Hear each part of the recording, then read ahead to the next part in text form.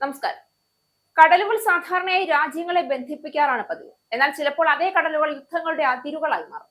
ലോക വ്യാപാരത്തിന്റെ ജീവനാഡികളിൽ ഒന്നായ ചെങ്കടലിന് മുകളിലൂടെ ഇപ്പോൾ അത്തരമൊരു അനിശ്ചിതത്വത്തിന്റെ കരിമേഘം പടരുകയാണ്. ഇറാൻ ഇസ്രയേൽ സംഘർഷം 4ാം മാസത്തിലേക്ക് കടക്കുമ്പോൾ യമനിലെ ഹൂതി സായുധ സംഘം ഇസ്രയേൽ കപ്പലുകൾക്ക് ചെങ്കടലിൽ പൂർണ്ണ നിരോധനം പ്രഖ്യാപിച്ചിരിക്കുകയാണ്. ഹോർമൂസ് കടലിടുക്കിലെ പ്രതിസന്ധിക്ക് പിന്നാലെ ആഗോള സമുദ്ര വ്യാപാരത്തിന്റെ മറ്റൊരു പ്രധാന പാതയും യുദ്ധത്തിന്റെ നിഴലിലേക്ക് നീങ്ങുകയാണ്. ഹോർമൂസ് കടലിടുക്ക് ഏതാണ്ട് പൂർണ്ണമായി അടഞ്ഞുകിടക്കുന്ന പശ്ചാത്തലത്തിൽ ആഗോള വിപണിയിലേക്കുള്ള പ്രധാന ബദൽ സമുദ്രപാതയായ ചെങ്കടലിനെ ലക്ഷ്യമിട്ടാണ് ഇറാൻ അനുകൂലികളായ ഹൂതികളുടെ പുതിയ നീക്കം.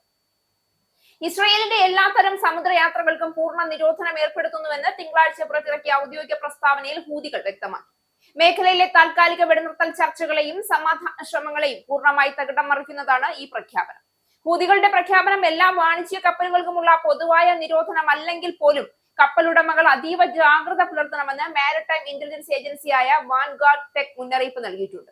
മേഖലയിലൂടെ കടന്നു പോകുന്ന കപ്പലുകൾക്ക് ഇസ്രയേലുമായി ഏതെങ്കിലും തരത്തിലുള്ള ബന്ധമുണ്ടോ എന്ന് കർശനമായി പരിശോധിക്കേണ്ടതുണ്ട് എന്നും അവർ കൂട്ടിച്ചേർത്തു.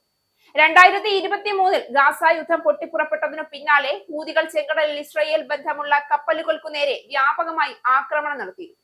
അന്ന് ഇസ്രയേലിന്റേതല്ലാത്ത പല കപ്പലുകൾക്ക് നേരെയും ആക്രമണം ഉണ്ടാവുകയും ചെങ്കടൽ വഴിയുള്ള ആഗോള ഗതാഗതം പൂർണ്ണമായി തകരുകയും ചെയ്തിരുന്നു.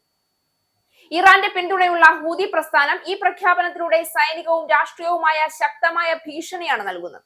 ഗാസയിലും ഇറാനിലും ഇസ്രയേൽ നടത്തുന്ന ആക്രമണങ്ങൾക്ക് മറുപടി എന്ന നിലയിലാണ് ഈ നിലപാട്. ചെങ്കടലിലൂടെ സഞ്ചരിക്കുന്ന ഇസ്രയേൽ ബന്ധമുള്ള കപ്പലുകൾ ഇനി ലക്ഷ്യമാകുമെന്ന മുന്നറിയിപ്പ് ഹൂതികൾ നൽകുമ്പോൾ അതിന്റെ പ്രത്യാഘാതം ഇസ്രയേലിൽ മാത്രം ഒതുങ്ങില്ല. യൂറോപ്പിനെയും ഏഷ്യയെയും ബന്ധിപ്പിക്കുന്ന സുപ്രധാന വ്യാപാര പാതയുടെ സുരക്ഷയാണ് ഇവിടെ ചോദ്യം ചെയ്യപ്പെടുന്നത്. ഇതിന് ഇസ്രയേൽ നിശബ്ദമായി നിൽക്കാനുള്ള സാധ്യത വളരെ കുറവുമാണ്. ഇതിനകം യമനിലെ ഹൂതി കേന്ദ്രങ്ങൾക്കെതിരെ വ്യോമാക്രമണങ്ങൾ നടത്തിയിട്ടുള്ള ഇസ്രയേൽ കൂടുതൽ ശക്തമായ സൈനിക നടപടികളിലേക്ക് കടക്കാൻ സാധ്യതയുണ്ട്. അമേരിക്കയും പാശ്ചാത്യ സഖ്യരാജ്യങ്ങളും ചെങ്കടലിലെ കപ്പൽ ഗതാഗതം സംരക്ഷിക്കാൻ നാവികസേനയുടെ സാന്നിധ്യം വർദ്ധിപ്പിക്കാനിടയുണ്ട്. അങ്ങനെ സംഭവിച്ചാൽ ചെങ്കടൽ ഒരു സാധാരണ വ്യാപാര പാതയിൽ നിന്ന് ബഹുരാഷ്ട്ര സൈനിക ഏറ്റുമുട്ടലിന്റെ വേദിയായി മാറാനുള്ള സാധ്യത തള്ളിക്കളയാനാവില്ല.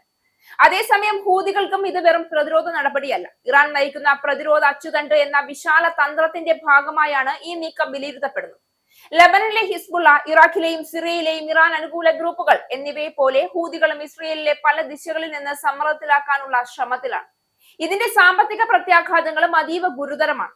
ഹോർമൂസ് കടലിടുക്കും ചെങ്കടലും ഒരേ സമയം പ്രതിസന്ധിയിലാവുകയാണെങ്കിൽ എണ്ണവിലയിൽ ഇനിയും വലിയ കുതിപ്പുണ്ടാകും. ചരക്കുനീക്ക ചെലവ് വർദ്ധിക്കുകയും ആഗോള വിതരണ ശൃംഖല വീണ്ടും പ്രതിസന്ധിയിലാവുകയും ചെയ്യും. ലോക സമ്പദ് വ്യവസ്ഥയ്ക്ക് പുതിയ ആഘാതങ്ങൾ സൃഷ്ടിക്കാൻ ഈ സാഹചര്യം മതിയാകും. മുന്നോട്ടുള്ള ഗതി എന്തായിരിക്കും എന്നതാണ് ഇപ്പോഴത്തെ ഏറ്റവും വലിയ ചോദ്യം. ഇപ്പോഴത്തെ സാഹചര്യത്തിൽ യുദ്ധം ഉടൻ അവസാനിക്കുമെന്ന പ്രതീക്ഷ ഇല്ലാതാവുകയാണ്. പകരം നേരിട്ടുള്ള രാഷ്ട്രയുദ്ധത്തിനും പ്രോക്സി യുദ്ധങ്ങൾക്കും ഇടയിലുള്ള രേഖ കൂടുതൽ തെളിയുകയും ചെയ്യുന്നുണ്ട്. ഓരോ ആക്രമണവും പുതിയ പ്രത്യാക്രമണങ്ങൾക്ക് വഴിയൊരുക്കുമ്പോൾ പശ്ചിമേഷ്യയിലെ സമാധാനം കൂടുതൽ അകലുകയാണ്. അതിനാൽ ചെങ്കടലിലെ ഈ പുതിയ സംഘർഷം ഒരു പ്രാദേശിക സുരക്ഷാ പ്രശ്നം മാത്രമല്ല, ലോക വ്യാപാരത്തെയും ഊർജ്ജ സുരക്ഷയെയും അന്താരാഷ്ട്ര രാഷ്ട്രീയത്തെയും ബാധിക്കുന്ന ആഗോള പ്രതിസന്ധിയുടെ പുതിയ അധ്യായമാണ്. തിരമാലകൾക്ക് മുകളിൽ കപ്പലുകൾ സഞ്ചരിക്കുമ്പോഴും അവയുടെ അടിത്തട്ടിൽ ഇപ്പോൾ യുദ്ധത്തിന്റെ അദൃശ്യ മൈനുകളാണ് പതിയിരിക്കുന്നത്. ലോകം മുഴുവൻ ഉറ്റുനോക്കുന്നത് ആ മൈനുകൾ എപ്പോൾ, എവിടെ, എങ്ങനെ പൊട്ടിത്തെറിക്കുമെന്ന ആശങ്കയോടെയാണ്.